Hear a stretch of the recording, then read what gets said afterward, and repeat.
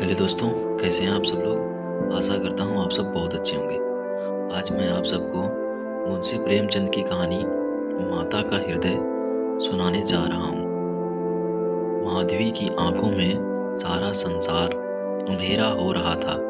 कोई अपना मददगार दिखाई ना दे रहा था। कहीं आशा की झलक ना थी। उस निर्धन घर में वह अकेली पड़ी रोती थी और कोई आंसू पोंछने वाला न था। उसके पति को मरे हुए 22 वर्ष हो गए थे। घर में कोई संपत्ति न थी। उसने ना जाने किन तकलीफों से अपने बच्चे को पाल पोस कर बड़ा किया था। वही जवान बेटा आज उसकी गोद से छीन लिया गया था। और छीनने वाले कौन थे? अगर मृत्यु ने छीना होता तो वह सब्र कर लेती।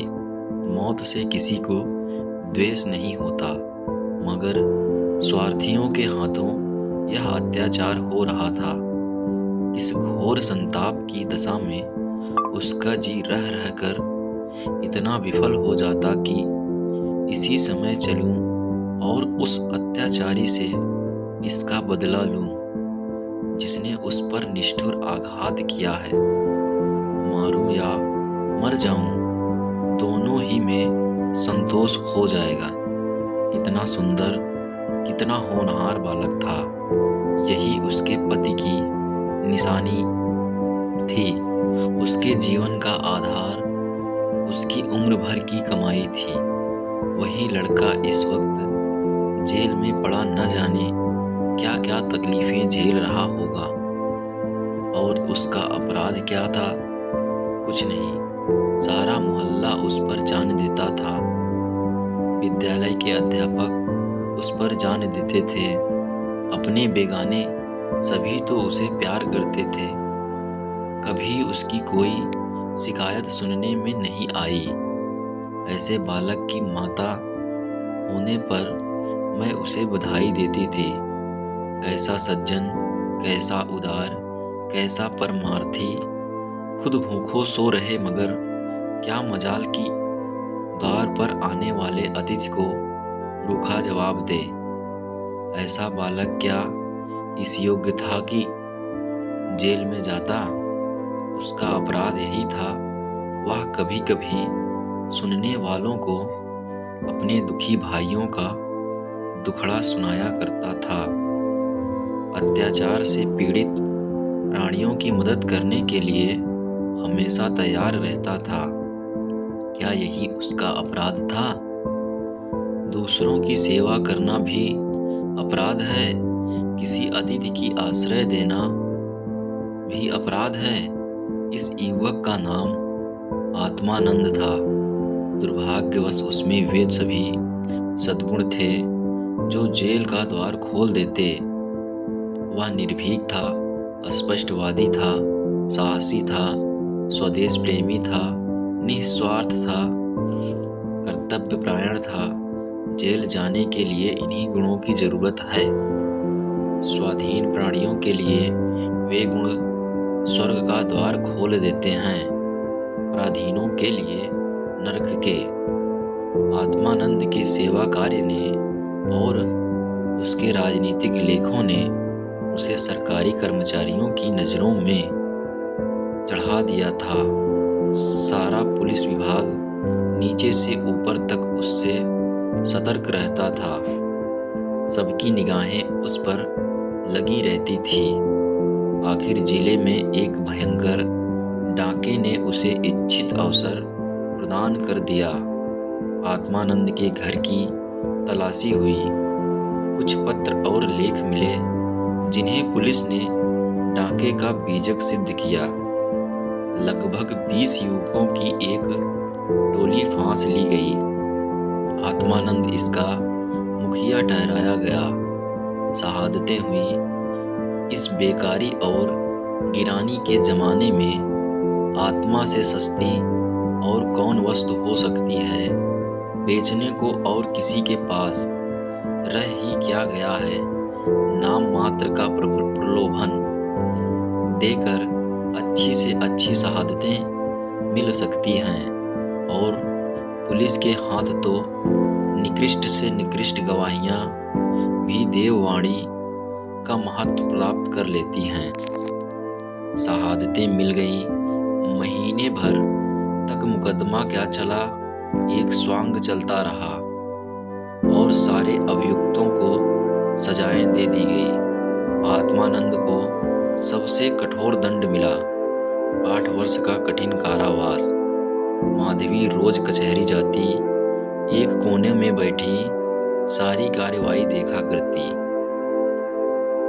मानवीय चरित्र कितना दुर्बल, कितना नीच है, इसका उसे अब तक अनुमान भी ना हुआ था। जब आत्मानंद को सजा सुना दी गई और वह माता को प्रणाम करके सिपाहियों के साथ चला तो माधवी मूर्छित होकर गिर पड़ी। 2-4 सज्जनों ने उसे एक तांगे पर बैठाकर घर तक पहुंचाया। जब से वह होश में आई है, उसके हृदय में शूल सा उठ रहा है। किसी तरह धैर्य नहीं होता। उस घोर आत्मवेदना की दशा में अब जीवन का एक लक्ष्य दिखाई देता है और वह इस अत्याचार का बदला है।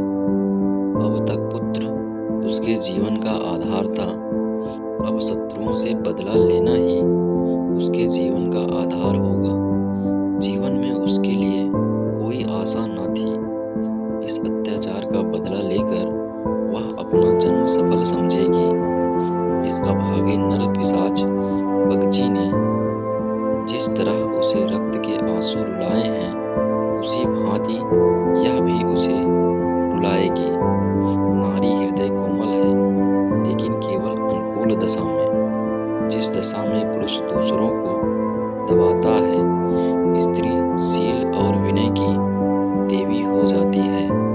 लेकिन जिसके हाथों में अपना सर्वनाश हो गया हो, उसके प्रति स्त्री की पुरुष से कम घृणा और क्रोध नहीं होता। अंतर इतना ही है कि पुरुष शस्त्रों से काम लेता है, स्त्री कौशल से। रात भीगती जाती थी और माधवी उठने का नाम न लेती थी। उसका दुख प्रतिकार के आवेश में विलीन होता जाता था, यहाँ तक कि इसके सिवा उसे और किसी बात की याद ही न रही।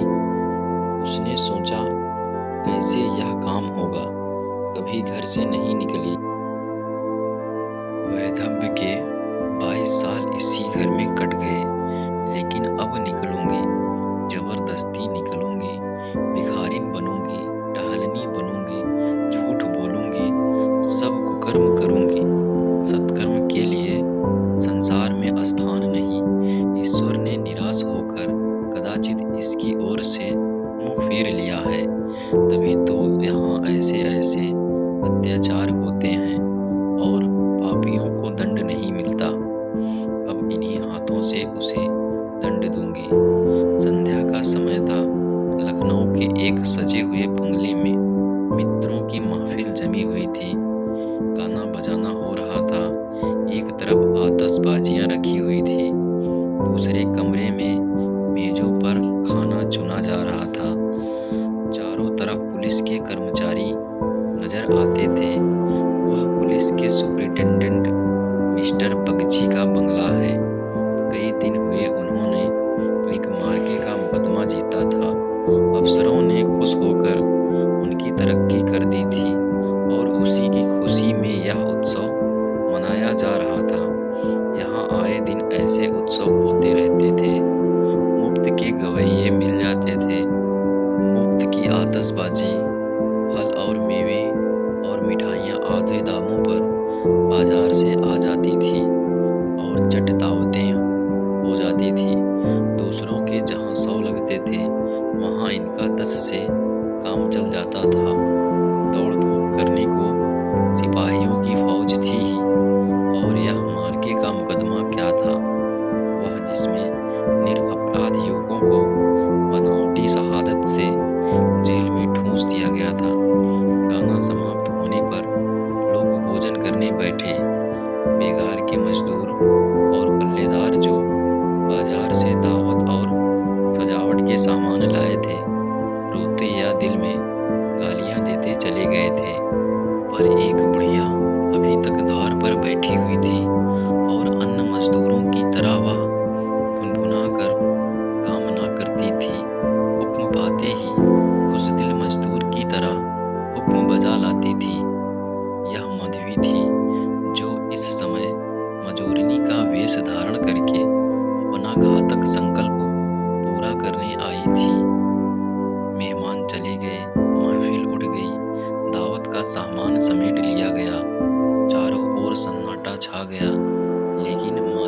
अभी तक वहीं बैठी थी। सहसा मिस्टर बागची ने पूछा, बुढ़ी तू यहाँ क्यों बैठी है? तुझे कुछ खाने को मिल गया? माधवी, हाँ हुजूर मिल गया। बागची, तो जाती क्यों नहीं?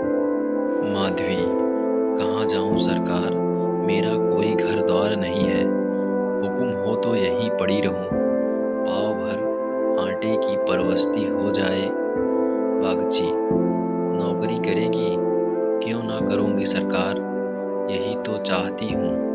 बागची, लड़का खिला सकती है? माधवी, हाँ हुजूर, यह मेरे मन का काम है। बागची, अच्छी बात है, तू आज ही से रह, जा घर में देख, जो काम बताएं वही कर। 1 महीना गुजर गया। माधवी इतना तन मन से काम करती है कि सारा घर उससे खुश है। बहू जी का मिजाज बहुत ही चिड़चिड़ा है। वह दिन भर खाट पर पड़ी रहती हैं और बात बात पर नौकरों पर झल्लाया करती हैं, लेकिन माधवी उनकी घुड़कियों को भी साहस सह लेती है। अब तक मुश्किल से कोई दाई 1 सप्ताह से अधिक ठहरी थी। माधवी का कलेजा है कि जली कटी सुनकर भी मुख पर मैल नहीं आने देती। मिस्टर बागची के कई लड़के हो चुके थे, पर यही सबसे छोटा बच्चा बचा था। बच्चे पैदा तो हृष्ट पुष्ट होते, किंतु जन्म लेते ही उन्हें एक ना एक रोग लग जाता था और कोई 2-4 महीने, कोई साल भर जीकर चल देता था। माँ बाप दोनों इस शिशु पर प्राण देते थे। उसे जरा जुखाम भी हो तो दोनों विकल हो जाते। स्त्री पुरुष दोनों शिक्षित थे, पर बच्चे की रक्षा के लिए टोना टोटका, दुगाता बीज, जंतर मंतर, एक से भी उन्हें इनकार ना था। माधवी से यह बालक इतना हिल गया कि एक क्षण के लिए भी उसकी गोद से ना उतरता। वह कहीं एक क्षण के लिए चली जाती तो रो रो कर दुनिया सिर पर उठा लेता था। वह सुलाती तो सोता, वह दूध पिलाती तो दूध पीता, वह खिलाती तो खेलता। उसी को वह अपनी माता समझता। माधवी के सिवा उसके लिए संसार में कोई अपना ना था।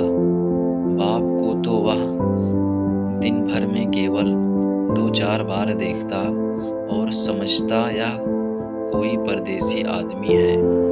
माँ आलस्य और कमजोरी के मारे गोद में लेकर टहल ना सकती थी। उसे वह अपनी रक्षा का भार संभालने के योग्य ना समझता था और नौकर चाकर उसे अपनी गोद में इतनी बेदर्दी से लेते कि उसके कोमल अंगों में पीड़ा होने लगती थी। कोई उसे ऊपर उछाल देता था तो उस अबोध शिशु का कलेजा मुंह में आ जाता था। उन सबों से वह डरता था। केवल माधवी थी जो उसके स्वभाव को समझती थी। वह जानती थी कि कब क्या करने से बालक प्रसन्न होगा, इसलिए बालक को भी उससे प्रेम था। माधवी ने समझा था यहाँ कंचन बरसता होगा, लेकिन उसे देखकर कितना विस्मय हुआ कि बड़ी मुश्किल से महीने का खर्च पूरा पड़ता है। नौकरों से एक एक पैसे का हिसाब लिया जाता था और बहुधा आवश्यक वस्तुएं भी डाल दी जाती थी। एक दिन माधवी ने कहा, बच्चे के लिए कोई तेज गाड़ी क्यों नहीं मंगवा देती? गोद में उसकी बाढ़ मारी जाती है। मिसेज बागची ने कुंठित होकर कहा, कहाँ से मंगवा दूँ? कम से कम 50-60 रुपए में आएगी।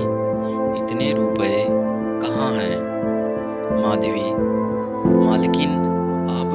ऐसा कहती हैं मिसेज बगची। झूठ नहीं कहती। बाबूजी की पहली स्त्री से 5 लड़कियां और हैं। सब इस समय इलाहाबाद के एक स्कूल में पढ़ रही हैं। बड़ी की उम्र 15-16 वर्ष से कम नहीं होगी। आधा वेतन तो उधर ही चला जाता है। फिर उनकी शादी की भी तो फिक्र है। पांचों के विवाह में कम से कम 25,000 लगेंगे। इतने रुपए कहाँ से आएंगे? मैं चिंता के मारे मरी जाती हूँ। मुझे कोई बीमारी नहीं है, केवल चिंता का रोग है। माधवी, घूस भी तो मिलती है। मिसेज मागची, बूढ़ी, ऐसी कमाई में बरकत नहीं होती। यही क्यों सच पूछो तो इसी घूस ने हमारी यह दुर्गत कर रखी है। क्या जाने औरों को कैसे हजम होती है। यहाँ ऐसे रुपए आते हैं तो कोई ना कोई नुकसान भी अवश्य हो जाता है। एक आता है तो 2 लेकर जाता है। बार बार मना करती हूँ, हराम की कौड़ी घर में ना लाया करो, लेकिन मेरी कौन सुनता है। बात यह थी कि माधवी को बालक से स्नेह होता जाता था। उसके अमंगल की कल्पना भी वह ना कर सकती थी। वह अब उसी की नींद सोती और उसी की नींद जागती थी। अपने सर्वनाश की बात याद करके एक क्षण के लिए बागची पर क्रोध तो आता था और घाव फिर हरा हो जाता था, पर मन पर भावों का आधिपत्य न था। घाव भर रहा था, केवल ठेस लगने से दर्द हो जाता था। उसमें स्वयं टीस या जलन न थी। इस परिवार पर अब उसे दया आती थी। सोचती, बेचारे यह छीन झपट ना करें तो कैसे गुजर हो।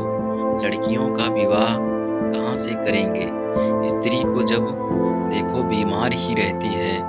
उन पर बाबूजी को 1 बोतल शराब भी रोज चाहिए। यह लोग स्वयं अभागे हैं। जिसके घर में 5-5 कुंवारी कन्याएं हों, बालक हो कर मर जाते हों, पत्नी बीमार रहती हो, स्वामी शराब का लती हो, उस पर तो यूं ही ईश्वर का कोप है।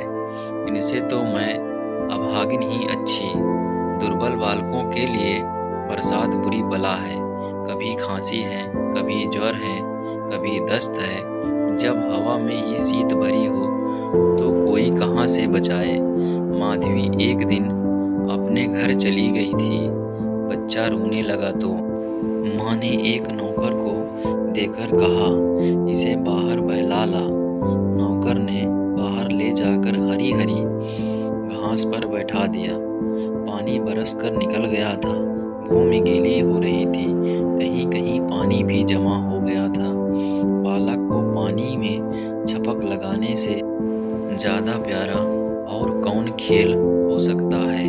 खूब प्रेम से उमंग उमंग कर पानी में लौटने लगा। नौकर बैठा और आदमियों के साथ गपशप करता घंटों गुजर गए। बच्चे ने खूब सर्दी खाई। घर आया तो उसकी नाक बह रही थी। रात को माधवी ने आकर देखा तो बच्चा खांस रहा था। आधी रात के करीब उसके गले से खुरखुर की आवाज़ निकलने लगी। माधवी का कलेजा सन से हो गया। स्वामिनी को जगाकर बोली, देखो तो बच्चे को क्या हो गया है। क्या सर्दी वर्दी तो नहीं लग गई? हाँ, सर्दी ही मालूम होती है। स्वामिनी हकबकाकर उठ बैठी और बालक की खुरखुराहट सुनी तो पांव तले जमीन निकल गई। यह भयंकर आवाज़ उसने कई बार सुनी थी और उसे खूब पहचानती थी। व्यग्र होकर बोली, जरा आग जलाओ थोड़ा सा। आज कहार जरा देर के लिए बाहर ले गया था, उसी ने सर्दी में छोड़ दिया होगा। सारी रात दोनों बालक को सेंकती रही। सवेरा हुआ मिस्टर बागची को खबर मिली तो सीधे डॉक्टर के यहाँ दौड़े। खैरियत इतनी थी कि जल्द एहतियात की गई। 3 दिन में अच्छा हो गया, लेकिन इतना दुर्बल हो गया था कि उसे देखकर डर लगता था। सच पूछो तो माधवी की तपस्या ने बालक को बचाया। माता पिता सो जाते, किंतु माधवी की आंखों में नींद ना थी।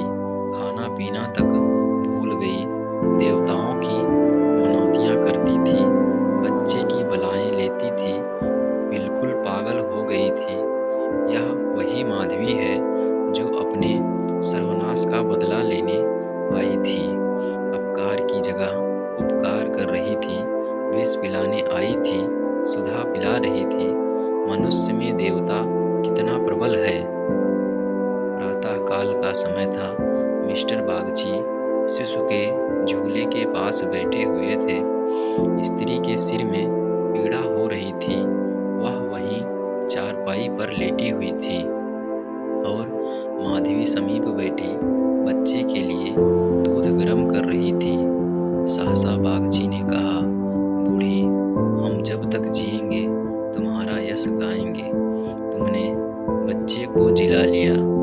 स्त्री यह देवी बनकर हमारा कष्ट निवारण करने के लिए आ गई।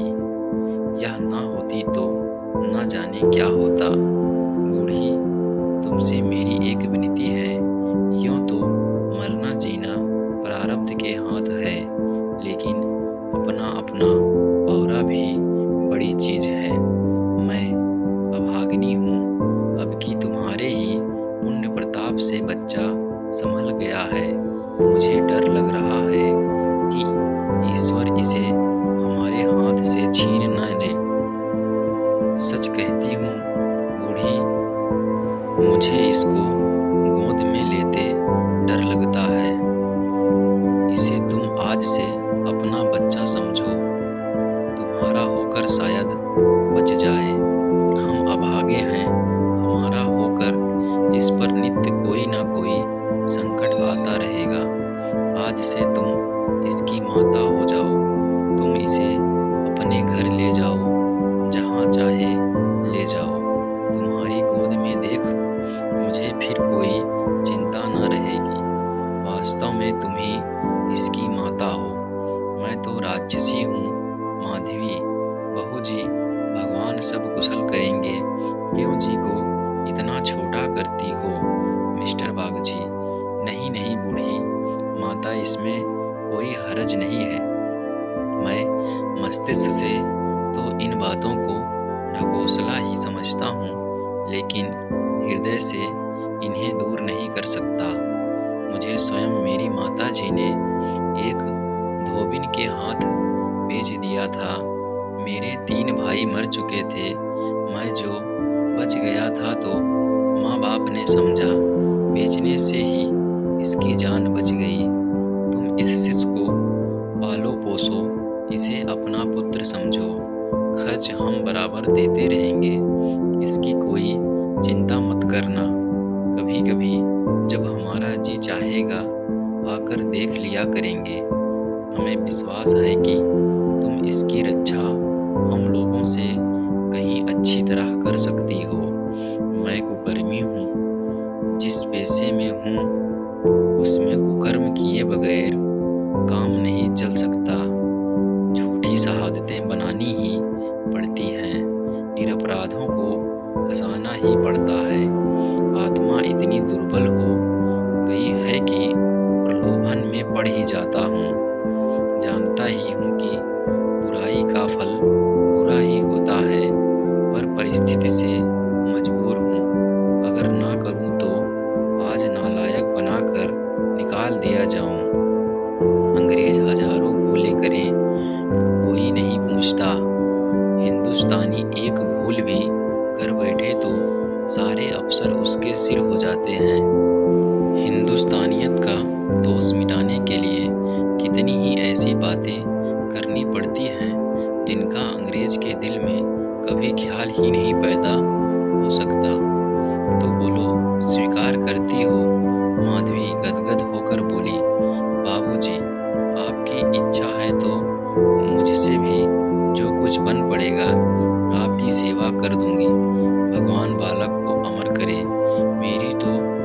उनसे यही विनती है। माधवी को ऐसा मालूम हो रहा था कि स्वर्ग के द्वार सामने खुले हैं और स्वर्ग की देवियां आंचल फैला फैला कर आशीर्वाद दे रही हैं। मानो उसके अंतःस्थल में प्रकाश की लहरें सी उठ रही हैं। स्नेह में सेवा में कितनी शांति थी। बालक अभी तक चादर ओढ़े सो रहा था।